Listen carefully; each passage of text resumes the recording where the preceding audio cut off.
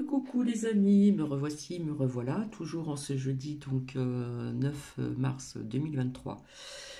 Donc j'ai découvert quelque chose tout à l'heure, puisqu'on n'est pas tout, la personne n'est toujours pas venue pour la chaudière. Donc j'ai découvert la puissance cachée de la musique et ses pouvoirs. Donc ceci a été expérimenté sur via les animaux et puis la végétation, les plantes, très peu sur les humains. Et j'ai trouvé ceci très très intéressant. Donc je vous souhaite une bonne écoute et je vous dis donc à plus tard. Bisous bisous. Secret de l'univers, pensé en termes de fréquence et de vibration, disait Nikola Tesla. J'ai compris le sens de cette phrase il y a à peu près 20 ans, quand en 1989, j'ai découvert l'influence de la musique sur les végétaux et sur les animaux. J'ai eu la chance pour cela de grandir dans une exploitation agricole qui m'a permis de faire mes petites expériences. Et très tôt, je commence dès l'âge de 16 ans à faire des expériences sur les animaux en diffusant de la musique de variété. J'obtiens peu de résultats satisfaisants.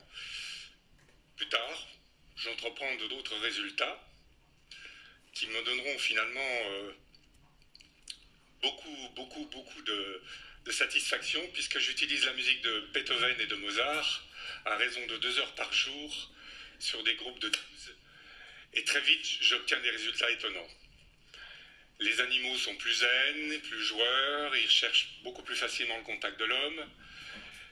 Quant aux animaux qui produisent du lait, il est de meilleure qualité, le lait est plus abondant. Pour les végétaux, ils sont plus denses, plus éclatants, plus florissants. Poussé par cette petite réussite, je continue à faire des recherches, j'emploie ensuite des musiques de méditation et d'ambiance. Et là encore, je tombe vraiment vers des résultats étonnants. Les animaux recherchent de façon systématique le contact de l'homme.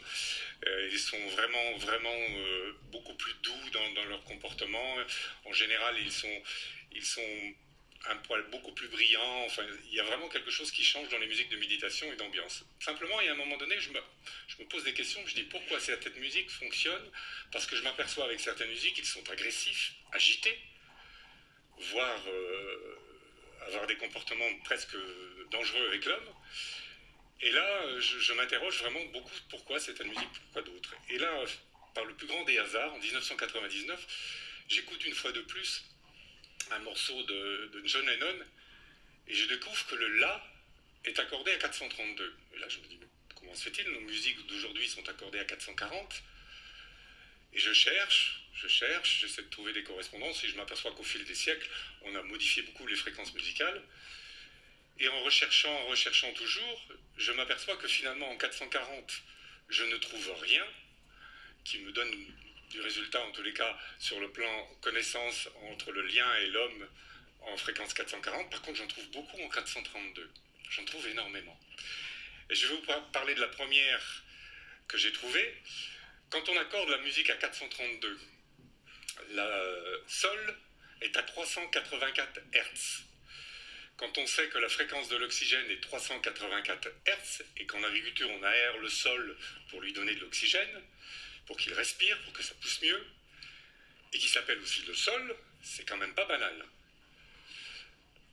La deuxième fait que quand on accorde aussi à 432, le Do, lui, est à 256 Hz, qui correspond à la fréquence de résonance de l'assimilation chlorophyllienne. Donc là aussi, intéressant le lien. Si je continue, dans un autre domaine, on s'aperçoit que la pyramide de Khéops est de 432 unités terrestres au niveau de la base, qui était l'unité de mesure à l'époque.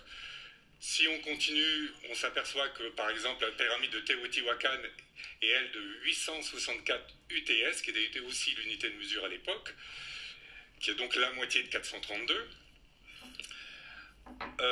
Si on s'arrête au calendrier des Mayas, dans le cycle de Quantum, on a un cycle de 7200 jours, et si on extrait 72 de 7200 jours, on obtient un sixième de 432. Pardon. Dans le calendrier Veda, on a 432 000 ans. Dans la Bible, on retrouve plusieurs fois le chiffre 144, qui est aussi un harmonique durée quand on accorde à 432. Dans la pulsation minute d'un être humain, quand il est idéalement au repos, on ferait aussi de 72 pulsations minutes. Donc il y a beaucoup de correspondances qui sont mises en évidence. Et si on parle de l'eau dont nous sommes constitués d'eau à plus de 70%, ce qui n'est pas banal. On sait aujourd'hui, la science nous aide beaucoup là-dessus, que l'eau capte l'information. Et donc, les premiers à mettre en évidence, c'était le docteur Benveniste et le docteur Emoto, qui sont deux chercheurs scientifiques renommés qui ont beaucoup travaillé sur l'eau, ont découvert que la fréquence 432 est qualifiée pour eux de naturelle. C'est-à-dire qu'ils ont calculé que les fréquences de résonance des atomes et des molécules dans la nature et vérifié que l'oscillation à 432 était une oscillation qui correspondait à la résonance de l'eau. Donc, il est vraiment intéressant de découvrir ces recherches. Et ce qui est aussi passionnant, c'est que quand on écoute cette musique à 432, elle est légèrement plus douce, elle a un son plus relaxant. Il n'y a pas beaucoup de différence entre les deux, mais elle a un son plus doux et plus relaxant. Quand on l'écoute à 440, ça crispe légèrement le corps, et progressivement, d'ailleurs c'est sans doute pour ça aussi on dit que certains biologistes avaient dit qu'il y avait un désaccord entre le macrocosme et le microcosme quand on accorde à 440. Alors moi, je me suis équipé d'appareils pour photographier l'énergie des gens, hein, en fonction des musiques qu'on écoute. Alors là, c'est ma fille qui est sur la partie sombre, du côté droite. Là, elle écoute une musique 440. Et sur la droite, elle écoute une musique je crois que c'était le canon de Pachelbel, si je me souviens bien, oui c'est ça. Et donc vous voyez que son aura n'est pas du tout le même. Ça a vraiment un impact, la musique a vraiment un impact sur nous. Elle a aussi beaucoup un impact sur les végétaux, parce que je fais aussi pousser des végétaux de toutes sortes. Et voilà ce que ça peut donner sur une carotte. Ça, c'est une carotte qui a poussé avec de la musique normale. Et ça, c'est une carotte qui a poussé avec de la musique anormale, on pourrait dire. Voilà, ça fait des carottes difformes. Bon, j'ai pris les extrêmes. Ce sont des extrêmes, hein. Bon, elle paraît peut-être un peu esselée, toute seule, mais elle est beaucoup plus grosse. Et ça n'a rien à voir avec l'autre, car en plus, elle est un peu malade. Alors parfois, ça donne des carottes très petites, qui ne sont pas très jolies, mais d'une façon générale, c'est diffusé à raison de 2 heures par jour, et voilà ce qu'on obtient. On obtient aussi sur les plantes, parce qu'on peut photographier l'énergie des plantes qu'elles dégagent. Il faut savoir que les plantes, ça dégage une énergie, et c'est quelque chose de vivant, hein, d'ailleurs, ceux qui ont la main verte, ils doivent le savoir. Voilà ce que ça dégage sur une plante en fréquence à 440 sur la droite et en 432 sur la gauche. Donc cette énergie, en général, aujourd'hui on la mesure avec différents appareils. Là on la photographie. Et comment dirais-je, si vous arrêtez un instant sur la musique à 432, vous verrez que vous vous sentirez beaucoup mieux. D'ailleurs, toutes les musiques qui ont été faites en 432 ont en général faites par des chanteurs qui ont été très populaires et apportent vraiment un bien-être constant et régulier. En général, c'est des morceaux qu'on a beaucoup écoutés. Je parlerai de ça juste parce que c'est quelque chose que je trouve important. Donc ça, c'est une expérience c'est un appareil qui photographie les énergies. Il faut savoir que quand vous êtes en colère, que vous n'êtes pas bien, vous êtes triste, on a ce qu'on appelle une énergie lumineuse, ou plutôt photonique. On émane des photons en permanence au niveau du visage, particulièrement au niveau du visage, et en permanence. Et si vous êtes triste, que vous n'êtes pas bien, vous n'avez pas la pêche, vous allez avoir plutôt une couleur rouge, sombre. Et donc, vous êtes vibratoirement assez bas. Et par contre, si vous êtes bien, si vous êtes en forme, tout s'est bien passé dans votre journée, vous allez plutôt avoir une couleur bleue. Et donc, ça, c'est ma fille qui est sur le premier cliché, qui venait de se prendre la tête avec son frère. Et dans le premier cliché sur la gauche, donc elle commence à marronner, elle n'est pas bien. Dans celui du centre, elle pleurait, elle avait envie de le taper, etc. Donc vous voyez une zone rouge autour de son visage qui apparaît. Et quand elle va bien, on a parlé un petit peu, vous voyez qu'il y a une zone bleue qui apparaît au niveau de son visage aussi, quand tout va bien, quand la personne est vraiment plus détendue et que la finale n'est pas relâchée. Donc nos attitudes dégagent une énergie, dégagent une couleur. On peut le mesurer aujourd'hui à la fois par des tas de tests. Donc c'est assez intéressant de le découvrir. Pour les végétaux, c'est aussi la même chose. Sachez qu'un végétal, c'est quelque chose de vivant. Et c'est le premier à découvrir ça, c'était Pope en 1975. Il avait découvert que un végétal, si vous l'agressez, il va automatiquement engrancher un système de rayonnement lumineux comme système d'autodéfense.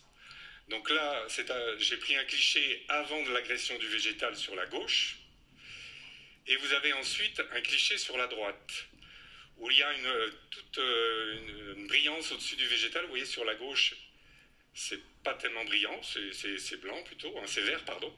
Et sur la droite, c'est brillant, c'est vraiment l'énergie lumineuse. J'ai coupé devant avec un tempérament agressif, et voilà ce que ça a dégagé comme rayonnement lumineux. Donc nos comportements sur les végétaux, sur les animaux aussi, et sur les gens bien évidemment, ont une influence, et on peut aujourd'hui le mesurer et le démontrer en tout cas. Alors, j'ai fait pas mal comment dirais-je, d'expériences. J'ai découvert donc qu'on pouvait tuer, qu'on pouvait faire végéter, qu'on pouvait rendre florissant, qu'on pouvait vraiment rendre éclatant en fonction des types de musique qu'on diffusait sur les animaux et sur les végétaux. J'ai pas fait beaucoup d'essais sur les humains, mais j'ai fait beaucoup d'essais sur les animaux. Et là, je peux vous dire que c'est assez sidérant, c'est assez incroyable ce que ça peut faire sur un humain.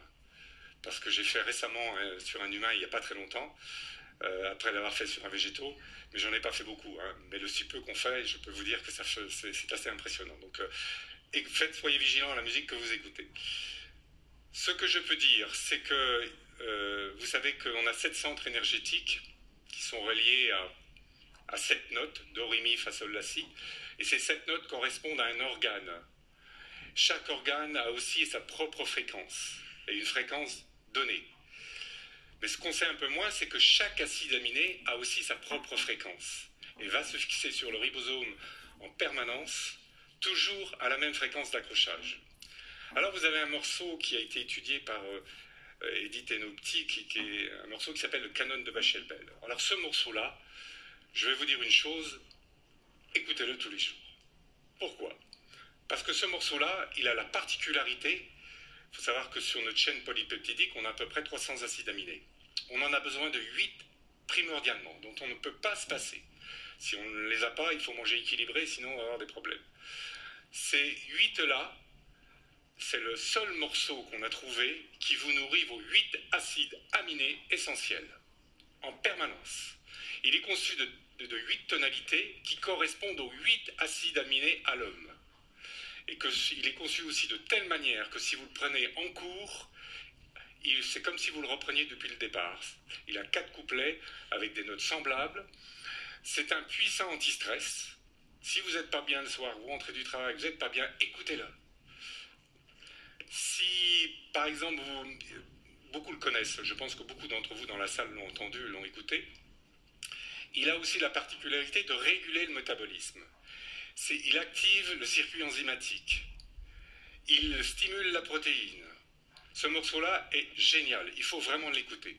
Par contre, il y a des musiques qui sont pour moi des vraies saloperies, et en général les plus populaires. Il y a un morceau à contrario qui est construit sur les mêmes principes que le canon de Pachelbel que je vais vous citer, qui vous avez tous probablement dansé dessus, qui est un morceau qui a été fait par ABBA, repris par Madonna, enfin plein d'autres. Ce morceau-là s'appelle Hang Up, et quand vous l'écoutez, il vous stimule les mêmes hormones que vous stimulez quand vous rentrez en forte dépression. C'est une vraie saloperie. Alors personnellement, ayant étudié un petit peu aussi Mozart, quand on étudie Mozart, on s'aperçoit que les derniers morceaux de Mozart ont la particularité d'appauvrir énormément certains acides aminés, mais vraiment surtout ces derniers morceaux. Et à l'époque, il était mort d'une maladie du sang, une leucémie. Donc pour moi, ça c'est mon avis personnel, je pense que Mozart s'est tué avec sa musique. Mais c'est mon avis. Parce qu'il appauvrit vraiment beaucoup d'acides aminés, mais vraiment beaucoup, beaucoup. Et d'ailleurs, quand on l'utilise sur des plantes, on s'aperçoit que les plantes ne poussent pas beaucoup, elles ont plutôt tendance à végéter. Donc soyez vigilants à la musique que vous écoutez. D'ailleurs, Platon avait dit, si vous voulez contrôler le peuple, contrôlez sa musique. Je ne sais pas d'où il sortait ça, mais il avait dit cette phrase.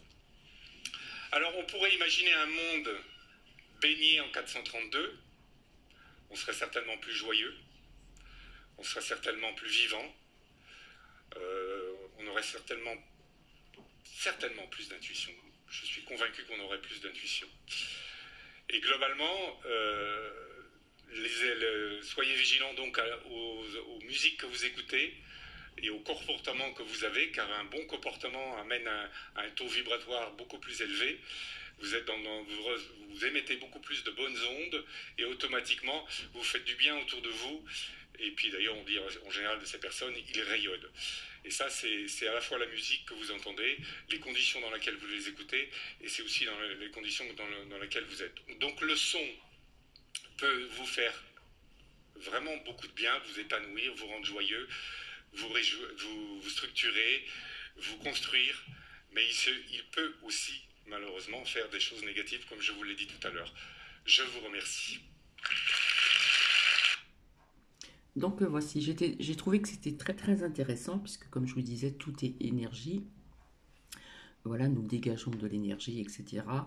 Et donc, il serait bon d'écouter de la bonne musique, justement, hein, comme ce monsieur l'a dit. Donc, c'était très intéressant. Donc, c'est pour ça que je suis venue pour vous le partager. Ça ne dure pas très très longtemps.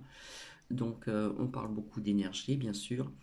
Et dommage que je n'ai pas pu vous montrer donc, les photos en ce qui concerne le végétal, la personne humaine quand elle est en colère, etc. etc. Mais bon, euh, donc écoutez de la bonne musique pour, pour avoir des bonnes vibrations, pour avoir des bonnes énergies, etc. etc. Allez, je vous fais des bisous.